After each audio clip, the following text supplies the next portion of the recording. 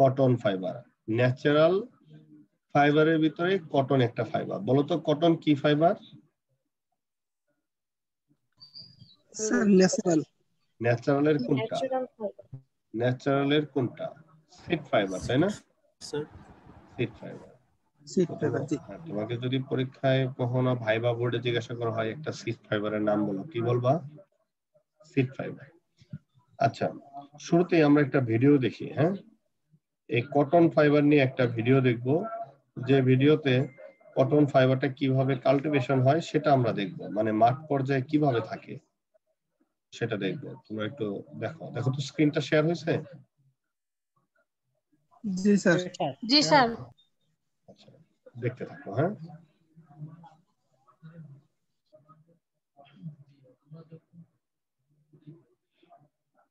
এই যে যে সাদা সাদা যে অংশগুলো দেখতেছো সাদা ফুলের মতো, এগুলাই কিন্তু আমার মেইনলি কটন। তুলাগুলো এরকম কি হয়েছে, ওই যে তোমরা দেখছো না শিমুল তুলা কি হয়, তার খোলসটা ভেঙে আকাশে বাতাসে উঠতে থাকে, তাই না? দেখছো না সবাই এটা? জি স্যার, দেখছি। হ্যাঁ, ঠিক সেম ওয়েতে এই যে দেখো, এই দেখো বিশাল বড় একটা ফিল্ড, এই ফিল্ডের ভিতরে কটন চাষ করা হয়েছে। দেখো কিভাবে কি হয়।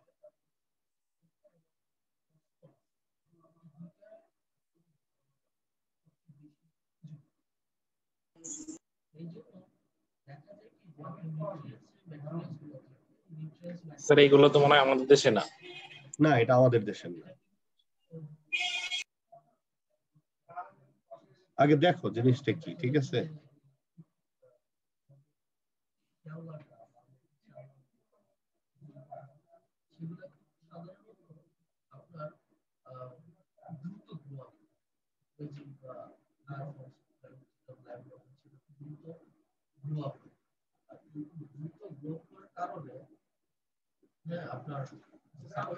একটা জিনিস খেয়াল করো, মেশিনের এই যে একটা সবুজ কালারের মেশিন দেখতেছো না? হ্যালো, হ্যাঁ দেখো মেশিনে, দেখো এই যে মাউসের স্ক্রল যেখানে, মেশিনের সামনে সাদা অংশ আছে কিন্তু পিছনে সাদা নাই, তার মানে কি হচ্ছে বলতো? মেশিনে তোলা কালেক্ট করতেছে। হ্যাঁ, গুড, ঠিক আছে, দেখতে থাকো। হ্যাঁ,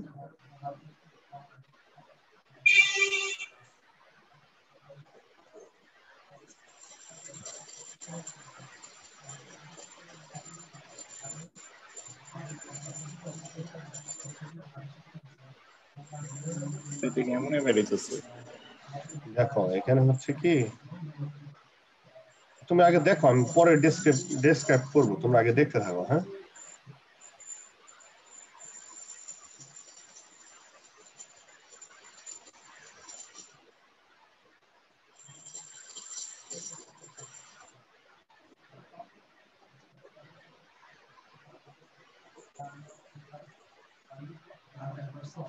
कायनात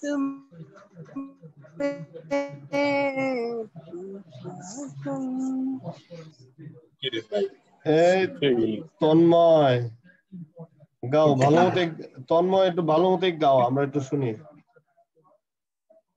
তন্ময়, তন্ময়, এই তন্ময় গেল কই? হ্যাঁ, হ্যালো, এই Tanmoy Chowdhury, roll number 264। Tanmoy Chowdhury, Tanmoy, hello sir, উদয় হয়ে গেছে স্যার তন্ময়। এই তন্ময়কে তোমরা কেউ বলো আনমিউট করে একটা গান শোনাইতে, আমরা একটু শুনি। আচ্ছা দেখো, ভিডিও দেখতে থাকো।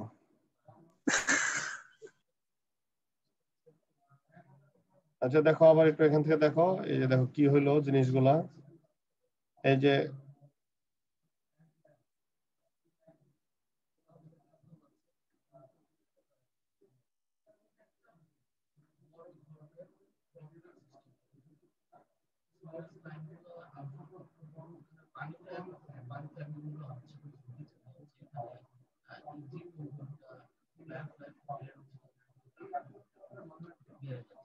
আচ্ছা এখন আমি একটু কথা বলি, হ্যাঁ?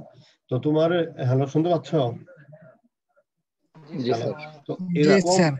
ধরো আমেরিকা, তারপরে ধরো তোমার অস্ট্রেলিয়া, তারপরে উজবেকিস্তান, তার্কিমিনিস্তান, এইসব জায়গাতে অনেক বিশাল ল্যান্ড আছে। এরকম ল্যান্ডে তোমার এরকম তুলার গাছ চাষ করা হয়। দেখো আমাদের যে শিমুল তুলা কত বড় গাছ, আর এগুলো দেখছো কত ছোট ছোট গাছ, ছোট গাছ না এগুলা? শুরুতে যে দেখছো, হ্যালো, জি স্যার, অনেক ছোট স্যার। জি স্যার। ধরো 3 ফিট, 3.5 ফিট, 4 ফিটের গাছ। তো এইগুলাতে প্রচুর পরিমাণে তুলা উৎপাদন হয়। এখন এই তুলাগুলো আগে ম্যানুয়ালি প্লাগ করা হতো, তার মানে ম্যানুয়ালি তুলাগুলা কালেক্ট করা হতো। মানে এত বিশাল বড় জমি থেকে যদি ম্যানুয়ালি কালেক্ট করা হয় তাহলে অনেক সময় সাপেক্ষ। তো ওই যে যে একটা মেশিন দেখলা সবুজ কালারে, যেটা হচ্ছে প্লাকার মেশিন, সে কি করতেছে, এই কটন গুলাকে প্লাগ করতেছে। প্লাগ করার পরে সেই তুলাগুলাকে জমায়ে এরকম গোল গোল প্যাকেজ তৈরি করতেছে। দেখছো এই যে গোল গোল প্যাকেজ, এই গোল গোল ওই যে হলুদ কালারের পলিথিন দ্বারা র্যাপিং করা। তো এই যে যে প্যাকেজটা, এই প্যাকেজ গুলাকে আবার রোদ্রে শুকাতে দিছে। কেন দিছে সেগুলো পরে বলবো। তারপর এই যে যে একটা ট্রলি দেখো, এই যে চাকার উপরে দেখছো নিচে লাগানো, ছবিতে দেখা যায় মাউস স্ক্রলের এখানে, স্যার দেখা যায়। জি স্যার। এই যে এটা কি করবে এখন, এই ট্রাকটা যদি আস্তে আস্তে পিছন দিকে পিছায়, তো ওই যে ফোর্সের কারণে কি করবে, একটা একটা করে এই গোল গোল রোল গুলা উপরে উঠতে থাকবে। তো উপরে ওঠার পরেই কি হবে, দেখো কি হয়, এই যে দেখো কেমন হয়ে গেছে, দেখছো অনেকগুলো রোল কিন্তু এভাবে একটা গাড়িতে ক্যারেজের উপরে উঠবে। এই যে দেখো, এই যে উঠতেছে, দেখছো, দেখো এই যে এটা পিছায় যাচ্ছে। তো এগুলা কি করা হবে, এইভাবে কালেক্ট করে এগুলাকে আরো বিভিন্ন প্রসেস করা হবে। সেগুলা ভিডিওর যে এই যে আজকে যে পর্যন্ত দেখলা, এটা 9 মিনিটের ভিডিও। বাকি ভিডিওটুকু আমরা যখন যতটুকু দরকার ওই টাইমে আমরা ওইটুকু দেখব। তো ভিডিও আজকে এই পর্যন্তই। এখন আমরা দেখব যে কটন ফাইবারের আমরা কিছু পড়াশোনা করব, তারপরে আবার ভিডিও দেখব। দেখো cotton fibre, botanical classification of cotton fibre. হ্যাঁ, তো আমরা কটন ফাইবারকে মেইনলি 4টা ভাগে ভাগ করছি। যদি বোটানিক্যাল নেম আসে, যে write down the botanical name of cotton fibre, তাহলে তুমি এই 4টা নাম লিখে দিবা। হ্যাঁ, আর যদি লেখা থাকে যে short notes on cotton fibre according to botanical classification, তাহলে তুমি এগুলা ডেসক্রিপশন করবে, তখন তোমার অ্যান্সার হবে এই পর্যন্ত। দেখো কি প্রথমটা কি, হ্যালো, কথা বুঝতে পারিনি। স্যার এটা আরেকটু বলা যাবে মানে কোনটাই? হ্যাঁ হ্যাঁ বলতেছি যদি পরীক্ষায় যদি আসে write down the botanical name of cotton fibre, botanical name, তখন তুমি শুধু এই যে Gossypium herbaceum, Gossypium hirsutum, Gossypium peruvianum, Gossypium barbadense, এই 4টা নাম লিখে দিবা যদি শুধু আসে বোটানিক্যাল নেম। ঠিক আছে? আচ্ছা, যদি ডেসক্রাইব করতে বলা হয়, ডেসক্রাইব দা, না, যদি লেখা থাকে short note on cotton fibre according to botanical classification, তখন তোমরা কি করবা, এই পুরাটাই অ্যান্সার করে দিবা। দেখো এখানে কি বলা হয়েছে, গসিপিয়াম হারবেসাম একটা বোটানিক্যাল নেম, এটা কি একটা কটনের জাত। বুঝতে পারতেছো আমার কথা?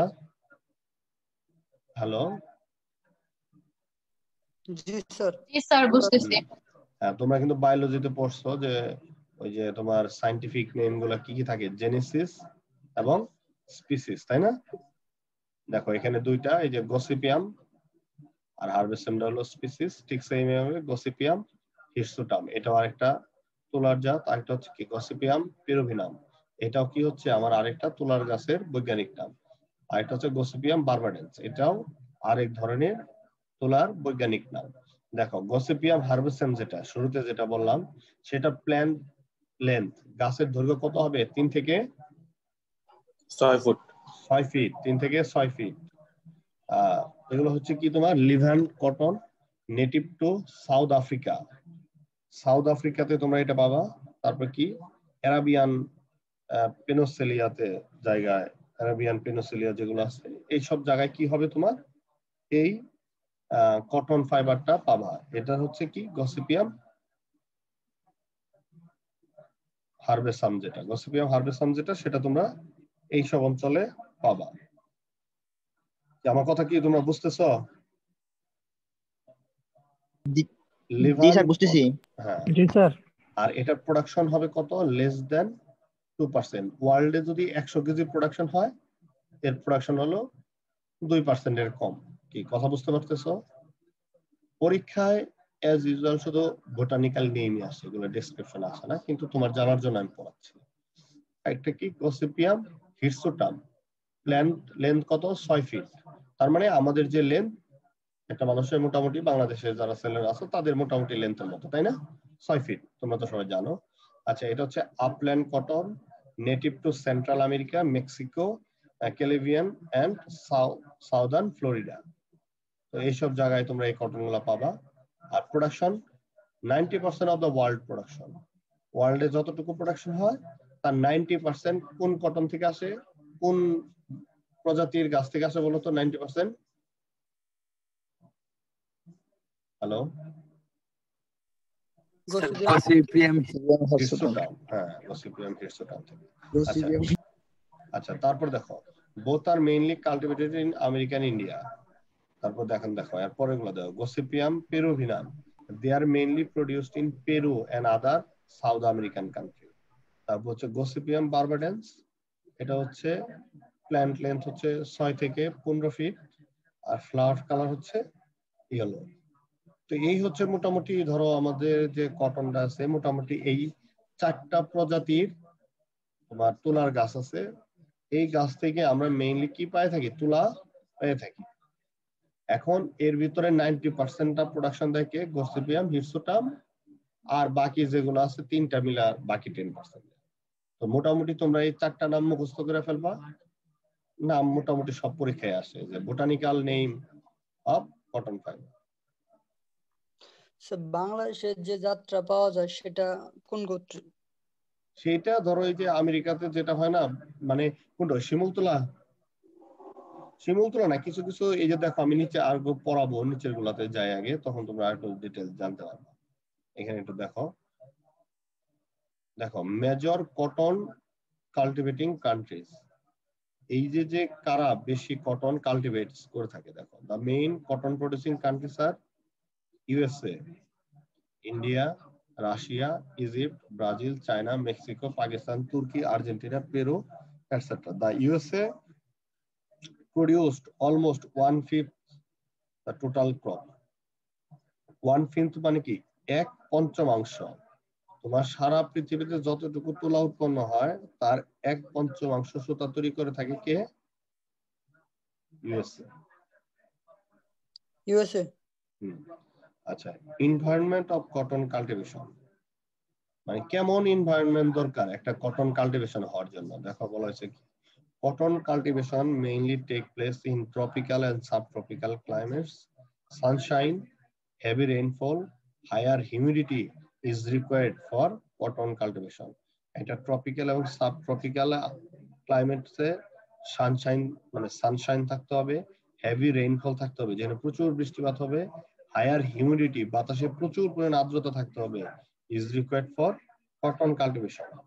তারপর দেখো sufficient Sunshine is necessary for cultivation, তার মানে বোঝা যাচ্ছে যে কটন কাল্টিভেট করতে গেলে তোমার সানশাইনটা সাফিসিয়েন্ট সূর্যালোক প্রয়োজন। তারপর while the frost will kill the plants, কিন্তু কি করবে আবার ফ্রস্ট যেটা মানে বরফ কি করে ফেলে আবার গাছগুলোকে মেরে ফেলে, তার মানে ঠান্ডাতে এই গাছ থাকতে পারে না। তারপর হচ্ছে cotton plants can survive in dry, তার মানে ড্রাই প্লেসে কটন প্ল্যান্টটা কি করতে পারে? সার্ভাইভ করতে পারে, মানে টিকে থাকতে পারে। But best cultivation can be done in place where rainfall is 508 millimetre to 1524 millimetre per year, মানে যেখানে সবচেয়ে ভালো কাল্টিভেশন হবে ওই জায়গাতে যে জায়গায় বাৎসরিক মানে বৃষ্টির পরিমাণ হচ্ছে কত? 508 মিলিমিটার থেকে 1524 মিলিমিটারের ভিতরে। এটা হচ্ছে আমার পার ইয়ারের যে কি পরিমাণ বৃষ্টি হবে তার উপর বেসিস করতেছে আমার এই কাল্টিভেশনটা। তারপর হচ্ছে কি irrigation is necessary when rainfall is less, যখন বৃষ্টিপাতের পরিমাণ কম থাকে তখন ইরিগেশনটা প্রয়োজন। আচ্ছা, কাল্টিভেশন অফ কটন, কিভাবে কাল্টিভেশন করা হয় কটনটা দেখো, এখানে বলা হচ্ছে কি the cultivation of cotton fibers and the growing condition are not same according to the climates and temperature of the cultivation. তোমরা যে চাষবাদ পদ্ধতি যেটা সেটা সব জায়গাতেই সেম না, এটা তোমার ক্লাইমেটস এবং টেম্পারেচারের উপর ডিপেন্ডেবল। বুঝতে পারতেছ আমার কথা? যে কোনো একটা জিনিস চাষ করতে গেলে অবশ্যই কি করতে হবে, আমাদের যে ক্লাইমেটস আছে এবং তার টেম্পারেচার উপর ডিপেন্ডেবল। আমরা যেহেতু প্রাকৃতিক ভাবে কোনো কিছু তৈরি করতে গেলে, যেহেতু কটনটা ন্যাচারাল ফাইবার, তাই এই ন্যাচারাল ফাইবার তৈরি করতে গেলে এর চাষবাদ পদ্ধতিটা সব জায়গায় সেম না, এটা তোমার ডিপেন্ড করবে ক্লাইমেটস এবং টেম্পারেচারের উপর। দেখো গ্রোয়িং অফ কটন, কিভাবে কটনটা গ্রো করে দেখো, এখানে সরাসরি তোমরা যেটা জানতে পারবা যে একটা বীজ থেকে কিভাবে গাছ হয়, গাছ থেকে কিভাবে এই কটনটা হয়, সেটার একটা ফ্লোচার্ট ধারাবাহিক ধাপ তোমরা আস্তে আস্তে জানতে পারবা। দেখো 1 নাম্বার শুরুতে হচ্ছে কি সিড প্ল্যান্টেড, তার মানে কি বলতো? সিড প্ল্যান্টেড বলো। বীজ বপন। হ্যাঁ, প্রথমে কি করা হয়, বীজটা বপন করা হয়। তারপরে কি করা হয়, বীজ বপনের 2 উইকস লেটার, তার মানে তুমি যেদিন বীজ বপন করবা তার থেকে 2 সপ্তাহ পরে 2 leaves appear on the plant, তুমি 2টা পত্র পাতা দেখতে পারবা, তাই না? বুঝতে পারছো আমার কথা? 2 leaves appear on the plant। তোমরা জানো যে তুমি যদি এমনিও যদি একটা সিমের বীজ লাউয়ের বীজ বপন করো, তার 1 থেকে 1.5 সপ্তাহ পরে প্রথমে কি হয়, একটা দণ্ড বের হয়, তার সাথে 2টা পাতা বের হয়, তাই না? ঠিক সেম হইতে প্ল্যান্টটা সিডটা প্ল্যান করার পরে এই যে কটনের যে বীজ প্ল্যান করার 2 সপ্তাহ পরে কি করবা, তুমি পাতা দেখতে পারবা। তারপর হচ্ছে at 5 or 6 weeks later, এরও 5 থেকে 6 সপ্তাহ পর the first flowers appear। তার মানে বীজ বপনের 2 সপ্তাহ পর হলো কি পাতা, আর এই 2 সপ্তাহেরও পরে 5 থেকে 6 সপ্তাহ পরে তুমি কি দেখতে পারবা, ফুল দেখতে পারবা। তাহলে বলো তো টোটাল কয় সপ্তাহ পরে হলো? 7 থেকে 8 সপ্তাহ। 7 থেকে 8 সপ্তাহ, তার মানে কয় মাস? অলমোস্ট 2 মান্থ, তাই না? 7 8 56, অলমোস্ট 2 মাস পরে তুমি কি দেখতে পারবা, ফুল দেখতে পারবা। তারপর কি ফ্লাওয়ার ফল অফ লিভিং বল, তারপর আস্তে আস্তে কি হবে, ফুলটা ঝরে যাবে এবং কি একটা বল ক্রিয়েট করবে, বল। আচ্ছা, তোমরা দেখছো গোলাপ ফুলের পাতা ঝরে গেলে পিছন দিকে একটা বলের মতো হয় না, বলের মতো থাকে, তাই না? খেয়াল করছো? জি স্যার।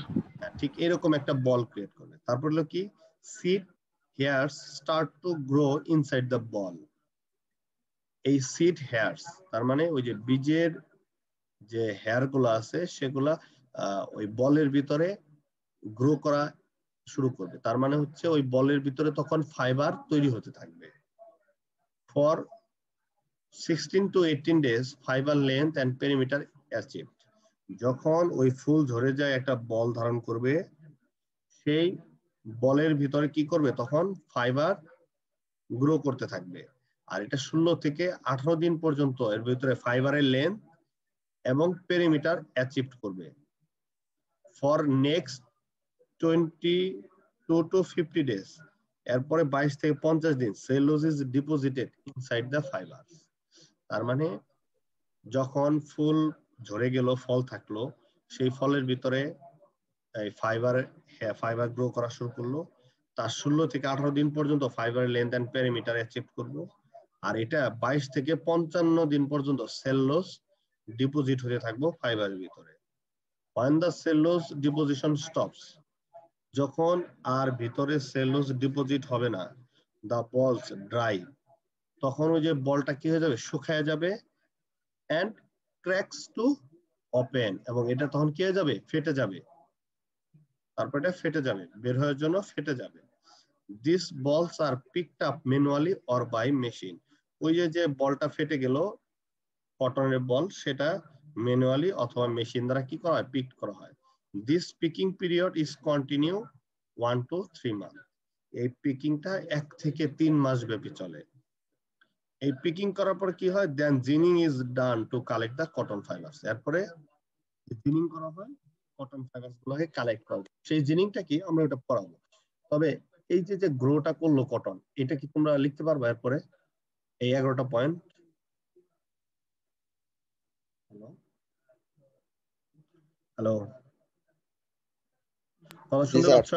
বলি যে পরীক্ষায় যদি আর আসে এই পয়েন্টগুলো লিখতে পারবা? জি স্যার পারবো। হ্যাঁ, এগুলা কিন্তু পরীক্ষায় খুব বারবার আসে। আমি কিন্তু বলে দিচ্ছি কোনগুলা পরীক্ষায় আসে। তো সেহেতু পরীক্ষায় আসলে কিন্তু পারতে হবে। দেখি আমি তোমাদের দুটা ছবি দেখাতে পারি কিনা।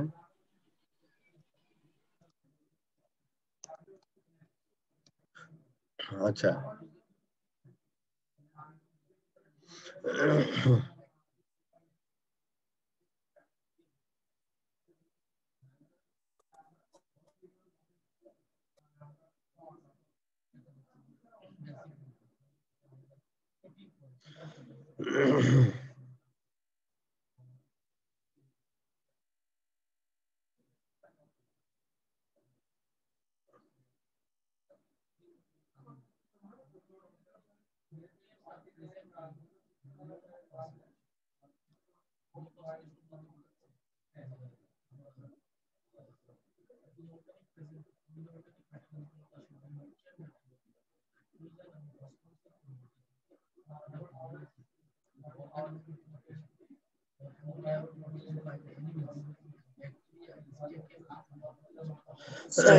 হ্যাঁ, গ্রোয়িং আপ কটনের কি কোনো ভিডিও, মানে ধাপগুলোর কি কোনো ভিডিও বা ছবি আছে?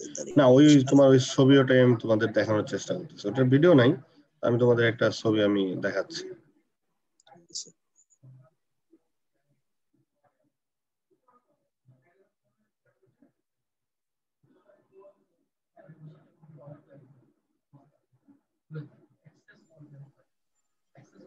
স্যার তখন আমার ফোন হ্যাং করছিল স্যার। আচ্ছা আচ্ছা, না ইটস ওকে, সমস্যা নাই। আচ্ছা দেখো এই যে না ইটস ওকে, দেখো এই যে মাউসের যে ছবিটা দেখতে পারতেছো, দেখো এখানে প্রথমে এই যে বীজটা বপন করা হয়েছে, তারপরে এই যে পাতা বের হয়েছে, এই যে পাতা, তারপরে কি হবে, এই যে 6 থেকে 10 উইকের মধ্যে কি হয়, ফুল ফুটে, তাই না? বলছিলাম না? এই যে সেই ফুল ফুটছে, ফুল ফোটার পরে কি বলছি, ফুলটাও ঝরে গিয়ে একটা বল আকার ধারণ করবে। এই যে বল দেখছো, বল। আর এই বলটার ভিতরেই কি হবে, আস্তে আস্তে তোমার ফাইবার গ্রো করা শুরু করবে। তারপরে এই বলের ভিতরে সেলুলোজ জমা হতে থাকবে। সেলুলোজ জমা যখন শেষ হয়ে যাবে, তখন এটা কি হয়ে যাবে, ড্রাই হয়ে যাবে, শুকিয়ে যাবে। শুকানোর পরে এটা কি হবে, এটা ফেটে যাবে। ফেটে যাওয়ার পরে এই যে এরকম ফাইবার বের হয়ে যাবে। এগুলো মনে করো যে ওইভাবে তো আসলে এগুলোর ভিডিও নাই, তো তারপর আমি চেষ্টা করব যদি আমি ওরকম ভিডিও যদি পাই। এই যে দেখো, এই যে ক্র্যাক করছে, দেখছো ভিতরে এই যে তোলা আর বাইরের যে আবরণ, এটা ক্র্যাক করে এরকম বেরিয়ে আসছে। তো আমি চেষ্টা করব যদি এরপরে যদি আমি ভিডিওগুলো পাই, তাহলে আমি তোমাদের সাথে গুগল ড্রাইভে শেয়ার করব। হ্যাঁ, এই যে দেখো, এই যে চিত্রতে কি হয়েছে, এই যে ক্র্যাক করে সাদা অংশটা বেরিয়ে আসছে, তোলাটা বেরিয়ে আসতেছে। আচ্ছা যাই হোক, আমরা আবার একটু পড়াশোনায় ফিরে যাই। আচ্ছা, আমার পড়া কি তোমরা বুঝো না বুঝো না? হ্যালো, বুঝি স্যার। জি স্যার, বুঝি স্যার। আচ্ছা, যদি অসুবিধা হয় কোথাও বুঝতে, যে স্যার এরকম করে বললে আমি বুঝি না, কিংবা তাহলে আমাকে তোমরা বলবা পার্সোনালি, তাহলে আমি ওই জায়গায় তোমাদেরকে কিভাবে বোঝালে সুবিধা হয় সেটা তোমাদের কাছে পরামর্শ নিয়ে কিংবা নিজেই চেষ্টা করে ওটা বোঝানোর চেষ্টা করবো। হ্যাঁ, না বুঝে বসে ঠিক থাকবা। আছে। আচ্ছা দেখো, আচ্ছা স্যার। আচ্ছা এবার হচ্ছে consequence process of cotton fibre production or cultivation. কি কি প্রসেসের মাধ্যমে দেখো এই ফাইবার হলে কি হয়, সেটা একটা ডেসক্রিপশন এখানে আছে। দেখো, cotton fibre, the cotton is fully mature and ready for harvesting approximately 160 days after being planted. তার মানে একটা কটন ম্যাচিউরড হবে, ম্যাচিউর হওয়ার পরে ওটাকে যে তুলে নিয়ে আসবো ফাইবার গুলাকে, ওইটাকে আমরা বলতেছি কি হারভেস্টিং। মানে একটা ফাইবার মানে তোমার ফেটে যাওয়ার পরে ফাইবারটা যখন পিক করার সময় হবে, মানে ফাইবার গুলাকে কালেক্ট করার সময় হবে, যখন কালেক্ট করবা সেটাকে কি বলা হয়? হারভেস্টিং। কি বলা হয়? হারভেস্টিং। ধরো সাপোজ তুমি একটা পুকুরে মাছ চাষ করলা, মাছ চাষ করার পরে মাছটা যখন বিক্রির সময় হয়ে আসবে, মানে বিক্রি করবা, তখন ওই টাইমটাকে বলা হয় হারভেস্টিং টাইম। তো দেখো অ্যাপ্রক্সিমেটলি 160 দিন লাগে, মানে তুমি বীজ রোপণের পর থেকে অলমোস্ট 160 দিন লাগবে তোমার এই কটন ফাইবারটা ম্যাচিউর হতে, ম্যাচিউর হয়ে ready for harvesting approximately 160 days after being planted. তার মানে হচ্ছে বপনের 160 দিন পরে ফাইবারটা ম্যাচিউর হবে এবং কি হারভেস্টিং এর জন্য তৈরি হবে। Once the balls have burst open, the farmers can prepare the cotton plants for harvesting. যখন এই বলগুলা, কটনের বলগুলা ফেটে যাবে, ব্রাস্ট হবে, তখন ফার্মার্স গুলা প্রিপারেশন হবে কি করার জন্য? এই হারভেস্টিং করার জন্য। তুমি যখন কটন ফাইবারের তুলাগুলা দেখবা ফাইটে গেছে, ফাইটা তুলা বেরোচ্ছে, তখন ওই কৃষক কি চিন্তা করে? এখন আমাকে হারভেস্ট করতে হবে। হারভেস্ট মানে কি বললাম? কটন ফাইবার গুলাকে কি করে আনতে হবে? কালেক্ট করতে হবে। হ্যাঁ, গাছ থেকে কালেক্ট করে তোমার নির্দিষ্ট জায়গায় নিয়ে আসতে হবে। আচ্ছা, this occurs in mid July for southern parts of Texas. ওই যে তোমার আমেরিকার যে টেক্সাস আছে, ওইটার সাউদার্ন পার্টে তোমার মিড জুলাই, জুলাইয়ের মাঝামাঝি সময় এই ঘটনাটা হয়ে থাকে। তার মানে সাউদার্ন পার্ট অফ টেক্সাসের জুলাইয়ের মাঝামাঝিতে কি করা হয়? হারভেস্টিং করা হয়। And in the early September of northern parts of the cotton belt. Cotton belt মানে কি? এরিয়া, কটন এরিয়া, মানে কোন জায়গাতে কটন তৈরি হয় সেটা নর্দার্ন পার্টস বলছে। এটা তখন কখন করা হয়? সেপ্টেম্বর মাসে। তার মানে দেখো আমেরিকাতেই দুইটা প্রান্তে দুই টাইমে হারভেস্টিং করা হয়, একটা হলো জুলাই, আরেকটা হচ্ছে সেপ্টেম্বর। আচ্ছা, one of the biggest threats to a cotton crop is weather.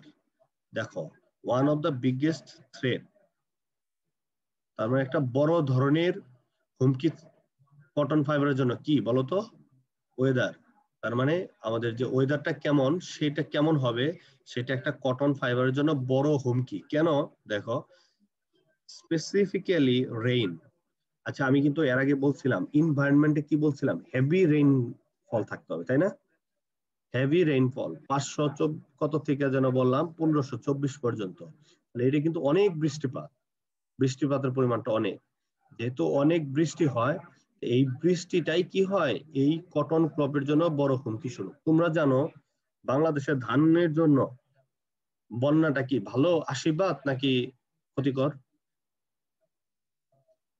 Hello sir, ক্ষতিকর। অবশ্যই ক্ষতিকর বন্যাটা, কারণ কি আমাদের ফসলগুলো ডুবে যায়। ঠিক সেম হইতে ওই বাইরের দেশে যারা কটন চাষ করে, চাষি যারা, তাদের জন্য এই চাষ করার পরে যদি বেশি বৃষ্টিপাত হয়, সেটা তাদের জন্য বড় হুমকি। দেখো, first picking of cotton should be done when 30 to 35 balls open fully. Picking মানে কি? ওই যে ফাইবার গুলা মেশিন দ্বারা কালেক্ট করলাম, ম্যানুয়ালি অথবা মেশিন, সেই পিকিংটা কখন করবা? যখন দেখবা তোমার 30 থেকে 35% বল ওপেন হয়ে গেছে। তোমার ধরো 100 বল আছে, কটনের বল আছে, তার ভিতরে দেখলা 30 থেকে 35টা বল ফেটে গেছে, তাহলে তখন তুমি কি করবা? ফার্স্ট পিকিং শুরু করবা। Picking should be done early in the morning. এই পিকিংটা করা হয় কখন? সকাল বেলার দিকে। কেন? Due to humidity, picking of cotton is easy. সকাল বেলায় বলতো পরিবেশটা ঠান্ডা থাকে না, ঘাসের উপর কি থাকে? শিশির জমা থাকে। তার মানে তখন ওগুলোতে হিউমিডিটি বেশি থাকে। Due to humidity, picking of cotton is easy and there is no striking of dried leaves. তোমরা জানো যে কটন গাছে কি থাকবে? পাতা থাকবে।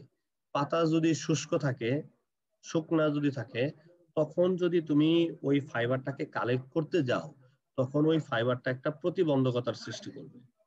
আর যখন হিউমিডিটি থাকবে, তখন ওই পাতাটা কি থাকবে, ভিজা ভিজা অবস্থায় থাকবে, তখন সে ইজিলি সফট হয়ে সংকুচিত হয়ে যাবে এবং কি ফাইবার গুলাকে মানে ওই বল গুলাকে কালেক্টে সে কোনো প্রতিবন্ধকতা সৃষ্টি করবে না, কারণ এটা ম্যানুয়ালি পিকিং করা হয় তো এই কারণে। এন্ড আদার কন্টামিনেশন, এই শুধু ফাইবার না, আদার কন্টামিনেশন গুলাও কি হবে না, তোমার স্ট্রাইকিং হবে না, কোনো প্রতিবন্ধকতা সৃষ্টি করবে না।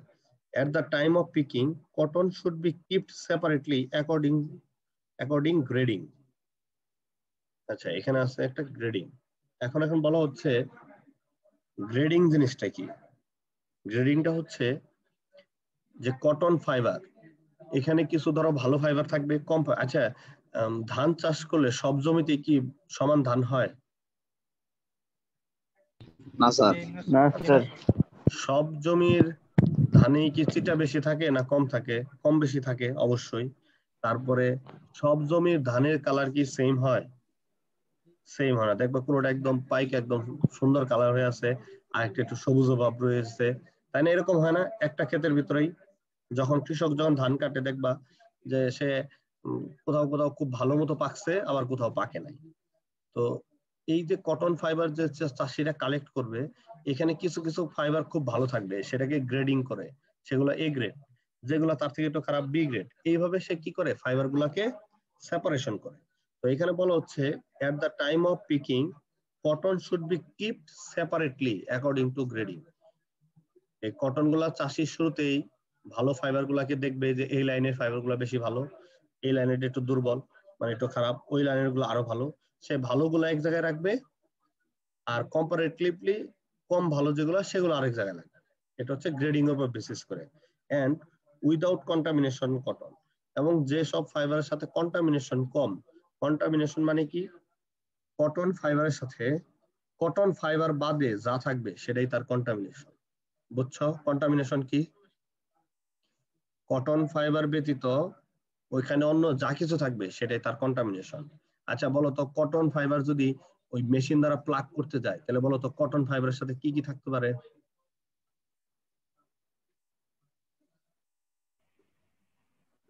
পাতা থাকতে পারে, ডালপালা। হ্যাঁ, গাছের ডালপালা থাকতে পারে, ধুলাবালিও থাকতে পারে। পাতা থাকতে পারে।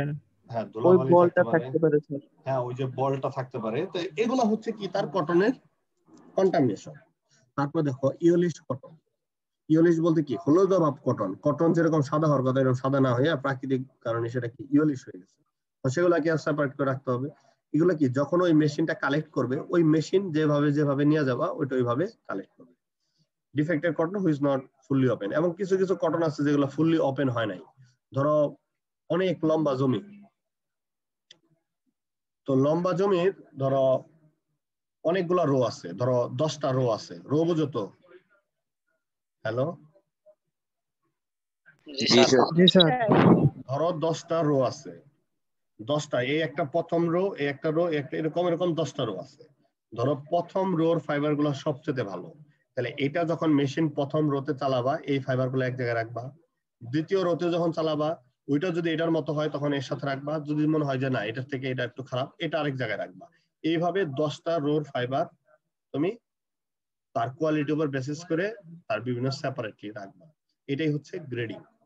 আচ্ছা, এই ফার্স্ট পিকিং এর পরে দেখো second picking should be done 15 থেকে 20 ডেজ আফটার ফার্স্ট পিকিং। তার মানে ফার্স্ট পিকিং এর 15 থেকে 20 দিন পরে সেকেন্ড পিকিং করা হয়। বুঝছো? তুমি যে কালেক্ট করলা, কালেক্ট করার পরেও কিছু ফাইবার থেকে যাবে গাছের সাথে, কিংবা অনেক ফাইবারে তুমি পিক করবা না, যেগুলো ওই যে 10টা রো, ওই যে বললাম 10টা রো ছিল, 10টা রো দেখলা ফার্স্ট রোটা পিকিং ঠিক আছে, সেকেন্ড রোটা সবগুলা বল ওপেন হয় নাই, তাহলে সেকেন্ড রো পিক করবা না, তারপরে থার্ড রো পিক করবা, থার্ড রো যদি ভালো না থাকে ফোর্থ রো দেখবা। এইভাবে যেগুলো বাদ গেল সেগুলো আবার 15 থেকে 20 দিন পর পিকিং করবা। তারপরে at the time of first picking clean cotton and then at the time of picking first pick clean cotton and then affected cotton. It should be, মানে এখানে বলা হচ্ছে যে তুমি ফার্স্ট পিকে যে ক্লিন গুলো পাইলা সেগুলো এক জায়গায় রাখবা, এবং এফেক্টেড কটন যেগুলো যে কন্টামিনেশন এফেক্টেড ওগুলো তুমি আলাদাভাবে রাখবা। আর it should be picked separately of different varieties. যদি ভ্যারাইটিস ভিন্ন থাকে, ধরো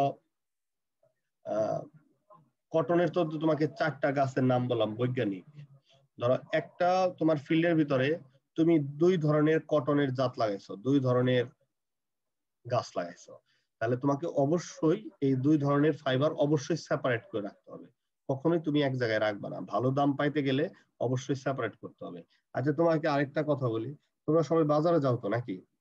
বাজার করছো এই পর্যন্ত? করি তো। আচ্ছা, ইলিশ মাছ যারা বিক্রি করে দেখবা ওরা সেপারেট করে ফেলে, একটু ছোট এক জায়গায়, তার থেকে একটু বড় আরেক জায়গায়, আরেকটা আরেক জায়গায়, আরেকটা আরেক জায়গায়, ও কিন্তু এইভাবে সব সেপারেট করছে। ও কি আসলে সেপারেটলি কিনে নিয়ে আসছিল? না স্যার। ও কিনছে 3টা ক্যাটাগরিতে। ইলিশ মাছ সেল হয় 3টা ক্যাটাগরিতে, A grade, B grade, C grade. A কোনটা? 1 কেজির উপরে যেগুলা কিন্তু 2 কেজির নিচে, সেটা হলো এ গ্রেড। বি গ্রেড কোনগুলা? সেটা হচ্ছে তোমার 1 কেজির নিচে কিংবা 800 গ্রামের উপরে, এটাকে বলা হচ্ছে বি গ্রেড। সি গ্রেড কোনটা? 800 নিচে, ধরো 400 বা 350 উপরে, এটা হলো সি গ্রেড। এখন ওই যে বাজারের যে বিক্রেতা বা ক্রেতা, সে যায় কি করে, ধরো বি গ্রেডের মাছটা কিনে আনে। এখন বি গ্রেডে 800 সাইজের মাছও আছে, 850 আছে, 900 গ্রামও আছে, 950 গ্রামও আছে, 1 কেজিও আছে। ও কি করবে, ওই 800 গ্রামের গুলো আলাদা রাখবো, 900 গ্রামের গুলো আলাদা করব, আর যেগুলো 1 কেজি ওটারে আলাদা করবো, কইরা এই 3 রকম দাম ধরবো। এতে কি হবে, তার প্রফিটটা বেশি আসবে। ঠিক কটনও ঠিক সেম ওয়েতে তোমার এই তার গ্রেড অনুসারে বিভিন্ন গ্রেডে ভাগ করে সেপারেট করে রাখবে। তারপরে তার ক্লাস অনুসারে, যেটা যে 4 ধরনের গাছের কথা বলছিলাম, এটা আসলে কোন কটন ফাইবারে কোন গাছ থেকে আসছে সেটা আলাদা করে রাখবে, কেন? ভালো প্রাইস পাওয়ার জন্য। তো এগুলো হচ্ছে তোমার কাল্টিভেশন প্রসেস। আচ্ছা, পিকিং মেকানিজম দেখো, এগুলা কি হলো তোমার গেল। এখন পিকিং মেকানিজমটা কি দেখো, machines called cotton pickers, machine called cotton pickers are used to remove the balls of cotton from the stalk. এই কটন পিকার্সটা ব্যবহার করা হয় কটন বলস গুলাকে কালেক্ট করার জন্য। কোথা থেকে? স্টক থেকে, কাণ্ড থেকে কটন বলগুলা কালেক্ট করার জন্য কটন পিকার্সটা ব্যবহার করা হয়। These machines use rotating spindle, এই মেশিনে রোটেটিং স্পিন্ডেল আছে, to pick the seed cotton from the open bur. এই যে আমাদের যে মেশিনটা, এই মেশিনের ভিতরে অনেকগুলা কি আছে, স্পিন্ডল আছে, যে স্পিন্ডল গুলা ব্যবহার করা হয় ওই কটন ফাইবার গুলাকে কালেক্ট করার জন্য। ঠিক আছে, ওই কটন ফাইবার গুলাকে কালেক্ট করার জন্য। তারপরে দেখো কি, doffers then remove the seed cotton from the spindle. ওই যে বললাম স্পিন্ডেল ইউজ করা হয়, আবার ওই স্পিন্ডেলের গায়ে কাটা থাকে, কাটা থাকে। ওই কাটাগুলা কি করে, ওই কটন ফাইবারকে ধরে কালেক্ট করে। আর ওই স্পিন্ডল থেকে কালেক্ট করার জন্য, যে ধরে নিয়ে আসলো, তার থেকে কালেক্ট করার জন্য আরেকটা মেশিন থাকে, যেটাকে কি বলা হয়, নাম বলো তো, কি নাম বলো? ড্রফার্স। হ্যাঁ, ডফার্স। তাহলে কি হয়, আমার ওই যে পিকিং যে মেশিনটা আছে, পিকিং মেশিনে স্পিন্ডেল থাকে, সেই স্পিন্ডেল ফাইবার গুলাকে কালেক্ট করে, আর ওই স্পিন্ডেল থেকে কালেক্ট করার জন্য ডফার ব্যবহার করা হয়। তারপর দেখো এই সেকেন্ড মেশিন কল্ড, আচ্ছা এটা গেল একটা মেশিন কটন পিকার্স। আরেকটা মেশিন আছে, এই second machine called a cotton. Sir machine দুটো আরেকবার বলবেন? হ্যাঁ, আচ্ছা মেশিন দুটোর পার্থক্যটা? আচ্ছা আবার বলতেছি, একটা হলো কটন পিকার্স আর একটা হচ্ছে কটন স্ট্রিপার। এই 2 ধরনের মেশিন বাজারে আছে। এই 2 ধরনের মেশিন কি করে, ওই ফাইবার গুলাকে প্লাগ করে। তো প্লাগ করার পরে এখানে যে প্লাগ করে সে কি মেকানিজমে, তার এই এর ভিতর কি আছে, স্পিন্ডেল আছে, স্পিন্ডেল, ঘূর্ণায়মান স্পিন্ডেল। এই স্পিন্ডেল গুলা ওই ফাইবার গুলাকে কালেক্ট করে, আর কালেক্ট করার পরে ওই স্পিন্ডেল থেকে ফাইবার কালেক্ট করে আরেকটা পার্টস, তার নাম হচ্ছে ডফার। স্পিন্ডেল কালেক্ট করে গাছ থেকে ফাইবার, আর স্পিন্ডেল থেকে ফাইবার কালেক্ট করে হচ্ছে এই ডফার। আচ্ছা, আরেক ধরনের মেশিন আছে কল্ড হচ্ছে stripper, can also be used. একটা কটন পিকার আর একটা হচ্ছে cotton stripper. This is particular machine uses roller equipped with bars and brushes to knock the open balls from the plants into conveyor belts. দেখো এই যে stripper machine যেটা সেটা কি করে, this particular machine uses rollers equipped with bars. roller equipped মানে রোলারের গায়ে কাটা কাটা থাকে এবং কি এর সাথে কি লাগানো থাকে, ব্রাশ থাকে, বার্ডস এন্ড ব্রাশেস। এই যে আমার স্ট্রিপার মেশিন, একটা হলো পিকার্স মেশিন, পিকার্স মেশিন করে স্পিন্ডেলের মাধ্যমে, আর স্ট্রিপার মেশিন কিসের মাধ্যমে করে, এই যে রুলারের সাহায্যে, যে রুলারের গায়ে কি আছে, bats and brushes to knock the open bolls from the plants into a conveyor. এখানে একটা কনভেয়র আছে, সেখানে কি করা হয়, এই রুলারের এবং বার্ডস এবং ব্রাশের সাহায্যে সেগুলো কালেক্ট করা হয়। Both harvesting system use year to elevate the seed cotton into a basket where it is stored until it can be dumped into a ball buggy. Ball buggy, দেখো এখানে কি বলা হচ্ছে, এই বোথ হারভেস্টিং সিস্টেমে ইয়ার ব্যবহার করা হয়, air to elevate the seed cotton. এই সিড কটন গুলাকে এলিভেট করার জন্য ইয়ার ইউজ করা হয় এবং কি এটা একটা বাস্কেটে সংরক্ষণ করা হয়। আর বাস্কেটে কতক্ষণ পর্যন্ত সংরক্ষণ করা হয়, until it can be dumped into a boll buggy. Boll buggy বলতে ওই যে ভিডিওতে তোমরা দেখলা না, যে গোল একটা হলুদ পেপার দিয়ে মোড়ানো মেশিনের পিছনে গিয়ে জমা হলো, ওটাকে বলা হয় বল বগি। ওই ভিতরে কতক্ষণ পর্যন্তই জমা থাকবে যতক্ষণ না পর্যন্ত এটা বল বগিতে ট্রান্সফার হবে। তো এখানে আমি তোমাদেরকে সিম্পলি বলি যে আমাদের পিকিং করা যায় দুইটা মেশিনের মাধ্যমে। কয়টা মেশিনের মাধ্যমে? একটা হলো কটন পিকার্স, আর একটা হলো কটন স্ট্রিপার। একটা হলো পিকার্স মেশিন, আর একটা হলো স্ট্রিপার মেশিন। এই পিকার মেশিনটা কাজ করে হলো স্পিন্ডেলের সাহায্যে, পিকার্স মেশিনটা কার সাহায্যে কাজ করে, স্পিন্ডেলের সাহায্যে।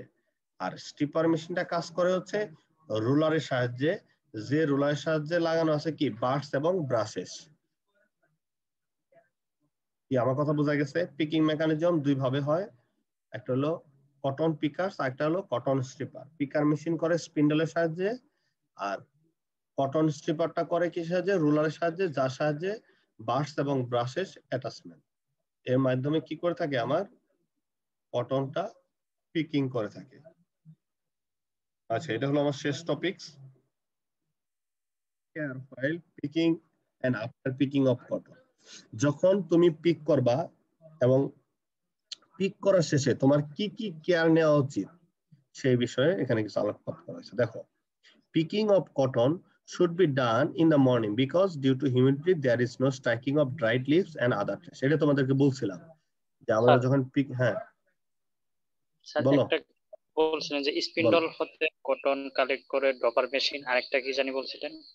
না, আমি তোমাকে বললাম যে একটা হচ্ছে কটন পিকার্স আর একটা হচ্ছে কটন স্ট্রিপার্স। এই কটন পিকার্সটা কাজ করে হলো স্পিন্ডেলের সাহায্যে, স্পিন্ডেলের সাহায্যে। তার মানে এই মেশিন স্পিন্ডেলের সাহায্যে গাছ থেকে তোলাটাকে কালেক্ট করে। এখন গাছ থেকে তোলাটা কালেক্ট করলো কে, স্পিন্ডেল, আর এই স্পিন্ডেল থেকে তোলা কালেক্ট করে হচ্ছে ডফার্স। এটা হলো পিকার মেশিনের কাজ। আর স্ট্রিপার মেশিন কোনটা? এই স্ট্রিপার মেশিন ওইটা যেটা হচ্ছে রুলার সাহায্যে তোলাগুলা কালেক্ট করে, আর ওই রুলারের সাহায্যে লাগানো আছে কি, বার্ডস এবং ব্রাশ লাগানো আছে। যে রুলারের সাহায্যে তোলাগুলা কালেক্ট করে তার সাহায্যে বার্ডস এবং ব্রাশেস অ্যাটাচমেন্ট আছে। আচ্ছা, আমরা এই তোলাগুলা যখন কালেক্ট করব তখন আমি তোমাদেরকে বলছিলাম পিকিং করা হয় কখন, ভোরবেলার দিকে। যে picking of cotton should be done in the morning because due to humidity, কারণ ওই টাইমে হিউমিডিটি বেশি থাকে এবং there is no striking of dried leaves and other trash. এবং ওই টাইমে ড্রাইড লিভস এবং আদার ট্রাশ গুলা কি করে না, প্রতিবন্ধকতা সৃষ্টি করে না। তারপরে at the time of picking good quality and fully open balls should be picked separately and keep separately। আমি তোমাদের কিন্তু বললাম একটু আগেও যে তুমি কালেক্ট করার পরে এটাকে যেগুলো ফুল ওপেন হয়েছে সেই ফাইবার গুলো এক জায়গায় রাখবা, যেগুলো সেমি ওপেন হয়েছে সেগুলো আলাদা আলাদা রাখায়, যেগুলো ওপেন হয় নাই সেগুলো কেউ কি করবে, আলাদা জায়গায় রাখবা। দেন pick yellowish cotton from damaged বলস separately and keep it separately। মানে বলা হচ্ছে যে এখানে তোমার ইয়োলিশ ফাইবার যেগুলো সেগুলো আলাদাভাবে, কটন ফ্রম ড্যামেজড বল। দেখবা কিছু কিছু ফল মানে কটনের এটা আগের থেকেই ভাঙা, মানে সে যখন থেকে বল ক্রিয়েট হয়েছে তখন থেকে এটা ক্ষতিগ্রস্ত। তো এগুলাকে কি করতে হবে, তোমার সেপারেটলি রাখতে হবে, কারণ ওগুলা ভালো ফাইবার না। তারপর হচ্ছে cotton of defined varieties should be picked separately and kept separately. আমি কিন্তু এগুলো কিন্তু এর আগেও বললাম যে কটন ফাইবার যখন তুমি কালেক্ট করবা তখন এর ভ্যারাইটিস, এটা কোন জাতের কটন, সেগুলাকে তোমার কি করতে হবে, সেপারেটলি রাখতে হবে। একটা ফিল্ডের ভিতরে 2 ধরনের না 4 ধরনের তুমি কটন গাছ লাগাইতে পারো। তাহলে ফাইবার যখন কালেক্ট করবা অবশ্যই 4 ধরনের তুলা 4 জায়গায় রাখবা। আবার ওই যে 4 ধরন যে বললাম সেই ধরনের ভিতরে কোনটা ভালো খারাপ সেগুলো আবার সেপারেট করে রাখতে হবে। Cotton after picking cotton should be dried in sunlight for 3 or 4 days, then store in dry and clean place. ওই যে দেখলা গোল গোল সুন্দর করে হলুদ র্যাপিং করা সূর্যের খোলা আকাশের নিচে রাখা দিয়েছে, এটা হলো শুকানোর জন্য। তুমি এই কটন ফাইবার গুলাকে পিক করার পরে এরকম গোল গোল বান্ডেল বানানোর পরে 3 থেকে 4 দিন সূর্যের আলোক রশ্মি নিচে ফেলে রাখতে হবে এটাকে শুকানোর জন্য। এরপর এটাকে তুমি স্টোর করতে পারবা কোথায়, ড্রাই এবং ক্লিন প্লেসে। অবশ্যই স্যাঁতসেঁতে এবং ভিজে জায়গায় ক্লিন মানে এটা স্টোর করা যাবে না, এটা করতে হবে ড্রাই এবং clean place. Cotton should be transported in close or by covering the cotton properly. তুমি যখন কটনটাকে ট্রান্সপোর্ট করবে অবশ্যই ক্লোজ অথবা বাই কভারিং অথবা কভারিং করে কটনটাকে ট্রান্সপোর্ট করবা। তুমি এটা ওপেনলি ট্রান্সপোর্ট করতে পারবে না। যদি খোলা আকাশের নিচে ট্রান্সপোর্ট করো তাহলে কি হবে, আশপাশে কোনো ময়লা এই কটনের সাথে লেগে যেতে পারে, তখন এটা কন্টামিনেশন হবে, অথবা বৃষ্টি নামতে পারে, তখন এই কটন ফাইবারগুলো নষ্ট হয়ে যাবে। অবশ্যই এটা ক্লোজ এবং কভারিং করে ট্রান্সপোর্ট করতে হবে। Also there should be careful handling and storing to avoid contamination.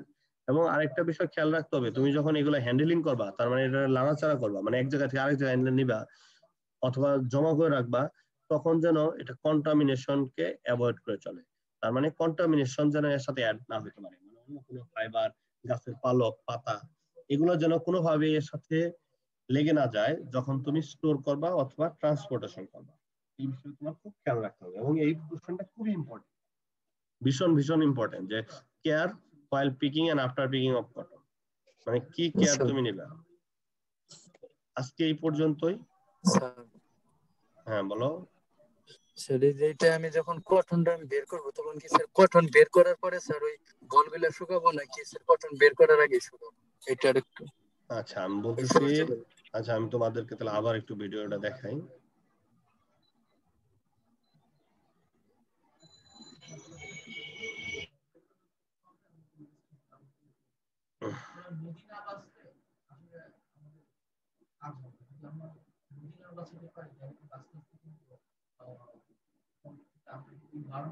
আচ্ছা আমি ভিডিওটা তোমাদের দেখাচ্ছি। হ্যাঁ এই 4টি গাছের মধ্যে স্যার কোন গাছের তুলা সবচেয়ে বেস্ট হতে পারে? ওই যে যেটা 98% কনজিউম করে, এটা আগে তোমাদেরকে দেখাইলাম যেটা 98%। শুরুতে আমি আবার দেখো এই যে তুলাগুলা কালেক্ট করতেছে। হ্যাঁ কালেক্ট করার পরে এই যে বলটা বের করে দিল, দেখো এর উপরে কিন্তু পলিথিন দিয়ে র্যাপিং করা, বুঝছো? এই বলটাই সূর্য আলোকে কি করা হবে, 3 থেকে 4 দিন শুকানো হবে। আর এই যে গাড়িটা যাচ্ছে দেখো, এই গাড়িটা কই গেল,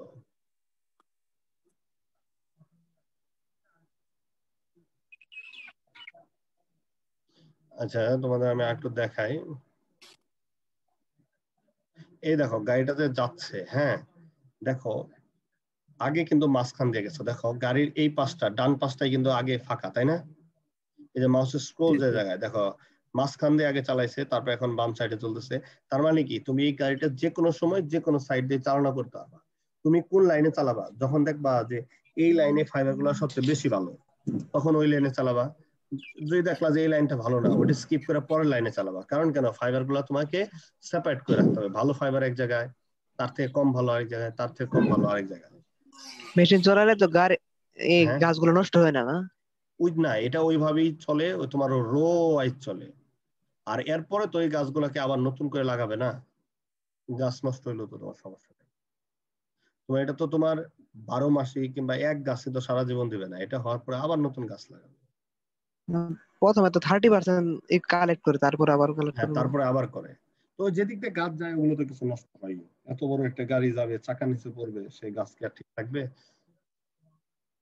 এই যে যে তুলাগুলা, এই যে বলগুলা এনে রাখতেছে, এই পার্টসটার নামই হচ্ছে বাগি। হ্যাঁ, বগি, ঠিক আছে।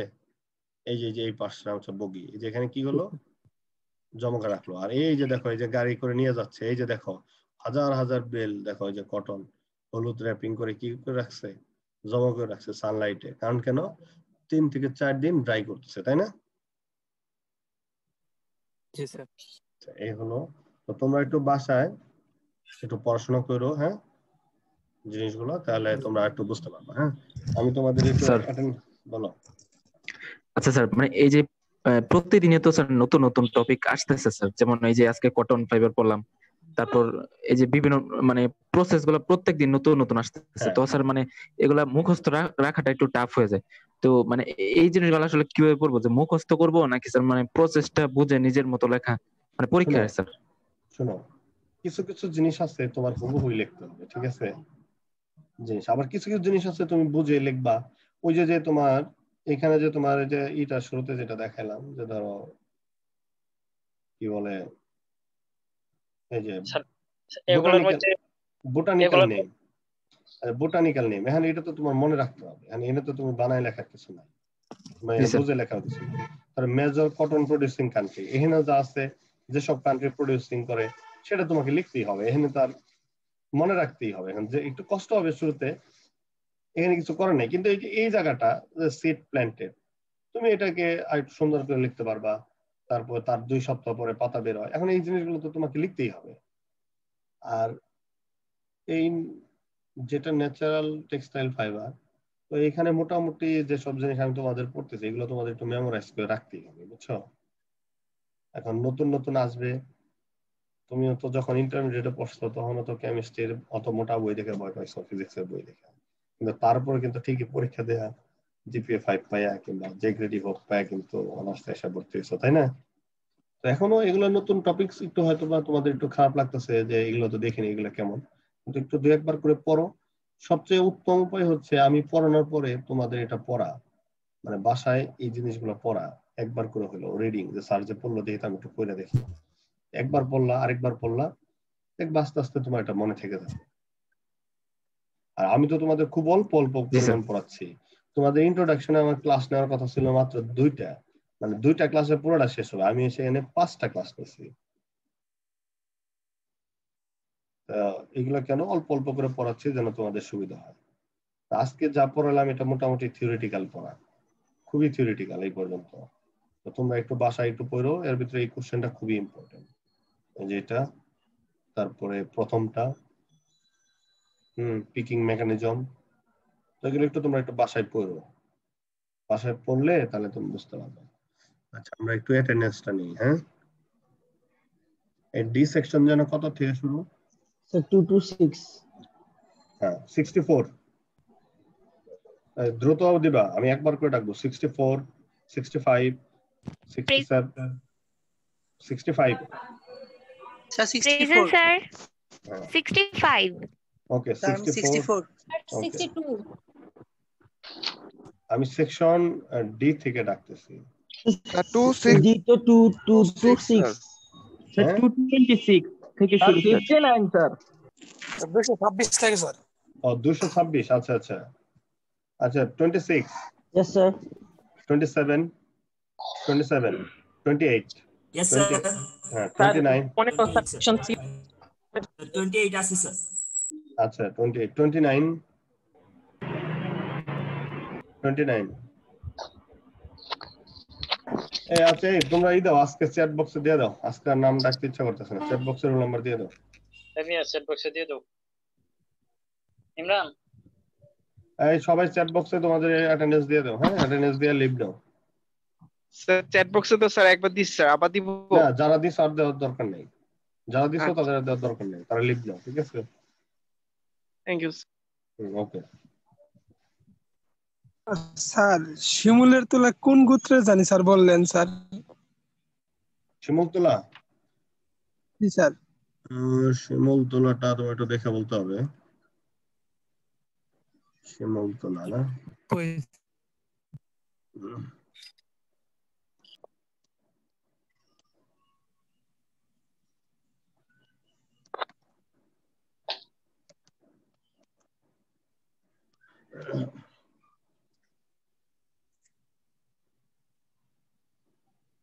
ওই গসিপিয়াম ওই যে হিরসুটাম যেটা বুঝছো সেটাই, ওইটারই একটা জাত আর কি বাংলাদেশে তৈরি হয়। তবে এটা বাংলাদেশের যে প্রাকৃতিক পরিবেশ এটাতে ওই রকম ভাবে উৎপন্ন হয় না যেভাবে আমেরিকাতে হয়। হ্যাঁ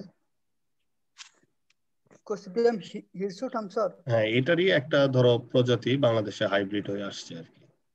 স্যার একটা বইয়ে দেখছিলাম স্যার, ওই যে গোত্র চারটা দেখছিলাম, চারটার মধ্যে বাংলাদেশে উৎপন্ন হয় স্যার গসিপিয়াম, যে হারবেকটাম আছে যে সেটা উৎপন্ন হয়।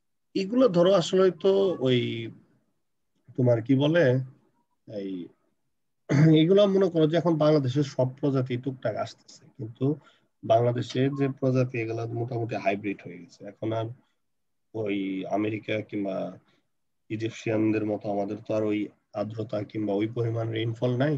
তো আমরা যেগুলা তুলার গাছ থেকে যে তুলাগুলা পাই এগুলা মেইনলি আসলে ওই রিসার্চের কাজেই ব্যবহার করা হয়। তো এগুলার ধরো ওই পরিমাণ যে প্রসেসিং এ যাওয়ার জন্য কিংবা সুতা তৈরি করবা ওই রকম ভাবে আসলে আমরা এখনো প্রডিউস করতে সক্ষম। তবে এগুলা নিয়ে ধরো বাংলাদেশের যারা ওই যে কটন রিসার্চ বোর্ড আছে, তো তারা ধরো এগুলা নিয়ে গবেষণা করতেছে, এগুলার ভিতরে ক্রস মেসিং করতেছে, বিভিন্ন এগুলা ফাইবার গুলাকে বিভিন্ন গাছের সংকর তৈরি করার চেষ্টা করতেছে যেন আমাদের পরিবেশের সাথে খাপ খায়। বুঝতে পারছো? হ্যালো জি স্যার। জি স্যার। মেইনলি আমাদের যে গসিপিয়াম হিরসুটাম যেটা এটাই তো বেশি প্রডিউস হয় ওয়ার্ল্ডে, এটাকেই বাংলাদেশে আনার চেষ্টা চলতেছে আর কি। আর ওই যে যেটা তোমার এই যে বলো হারবেসাম, এগুলো খুবই কম পরিমাণে তৈরি হয় প্রোডাকশন, এই জন্য ওটার থেকে আমাদের এইদিকে জোরদার বেশি। বুঝছো? জি স্যার বুঝতে পারছি। আসসালামু আলাইকুম। ঠিক আছে তাহলে, ওকে, ভালো থেকো সবাই। স্যার স্যার স্যার আসসালামু আলাইকুম। স্যার একটা কথা বলো। স্যার অ্যাটেন্ডেন্স নিছেন কি? আমি ডিসকানেক্ট হয়ে গেছিলাম। বুঝতে পারিনি। স্যার অ্যাটেন্ডেন্স নিছেন কি স্যার? আমি না না অ্যাটেন্ডেন্স দিয়ে দাও। জি স্যার ঠিক আছে।